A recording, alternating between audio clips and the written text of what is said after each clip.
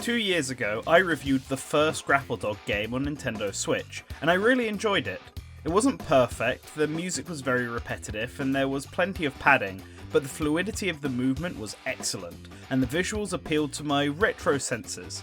So when Grapple Dog 2 was announced, I kept an eye on it. I fully expected it would be able to fulfill my platforming game needs after the long sessions of adventure games or long RPG titles that have taken over my life recently.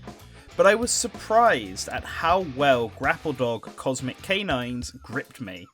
I dare say, it's a perfect sequel. For starters, the game solved all of the major issues I had with the original. There are more musical tracks in the game's OST, meaning I'm hearing new music all the time. The buttons have been remapped to make more sense, which was a nitpick of mine with the first game.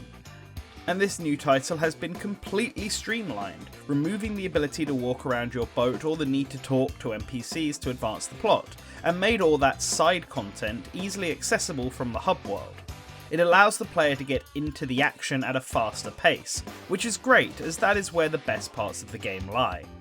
The basic gameplay of Cosmic Canines is the same as Grapple Dog. As Pablo, you can use your titular grapple to swing across the environment or slam into enemies to kill them. You can also ground pound, which both kills enemies and bounces Pablo back up into the air with extra height. These two abilities give Pablo a lot of movement options, which is perfect for speedrunners, which is something that this game highly incentivizes. All of these abilities return in Cosmic Canines, but have been tightened up, with more control provided to the player to reduce frustration. Pablo can also now do this dashing punch in front of him, which destroys crates in the player's way, and sometimes Pablo can do something special. Cosmic Canines takes a page out of Nintendo's playbook and adopts the 4-coma style of level design found in the Super Mario Bros. Series. Almost every level in Cosmic Canines introduces some brand new gimmick for the player to utilise. Sometimes it's environmental, and other times it's a new temporary ability for Pablo. There's this electric power that allows Pablo to grip onto magnetic walls, while a grassy ability functions similar to the Vine badge in Super Mario Bros. Wonder. These gimmicks help the stages feel fresh, and shows that they aren't always about going fast, although there is still a time trial mode if that's what you want. The other new feature that keeps Cosmic Canines fresh is the plural in that title. Players don't just have access to Pablo for this adventure, the game introduces a new playable character in Luna, who is in almost every way the shadow to Pablo's Sonic. She even has a gun. Yes, while both Pablo and Luna have access to a grapple, they differentiate in a major way. Luna's gameplay is almost entirely run and gun focused. What's more, in the same way that Pablo gains these new temporary abilities in his stages, Luna gains access to different types of guns to help her with stage puzzles and shooting down enemies faster. Luna has a very different style of gameplay to Pablo, despite the basic concept of them both being grapple dogs remaining the same. She's also very different personality-wise, being the edgy side to Pablo's good boy energy. You can still pet her though, the silly tsundere. The stages are evenly split between Pablo and Luna, with the game forcing one of them on the player for the end of world boss, and the player has the option to tackle these stages in almost any order. So if you aren't a fan of Luna's run and gun gameplay, then you can try and ignore her to just focus on Pablo. Similar to the last game, Cosmic Canines' progression is tied to the amount of collectibles players acquire in each level, but this has also been streamlined a lot, bringing the total down from 7 gems per level to just 3.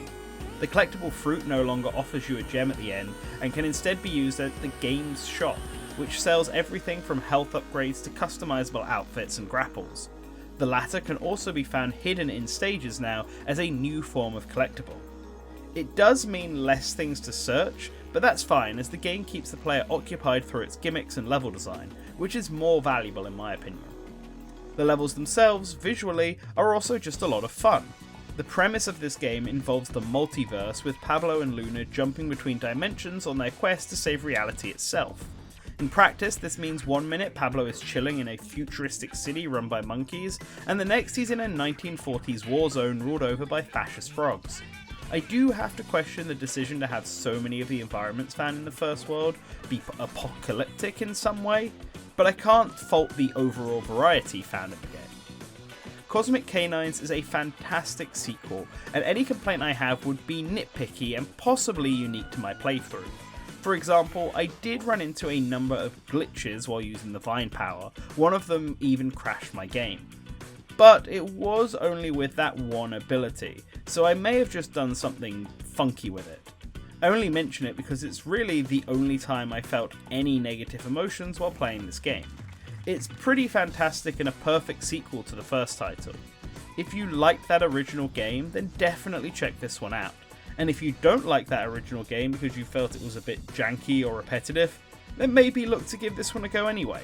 The original did have flaws, but I think Grapple Dog's Cosmic Canines addressed all of them before going even further beyond to see off Pablo and his friends on a high note. I want to thank Dead Good PR and the developers for sending us a copy of this game to review. I hope it does them well. Let me know if you're interested in Grapple Dog's Cosmic Canines. If you played the first one, if this will be your first experience with it. I want to know all the details in the comments below. On screen right now are our patrons, the $5 plus tier. You can figure out how to join them by also looking in the description below. Now don't forget to like and subscribe so that you always remember to return to the source.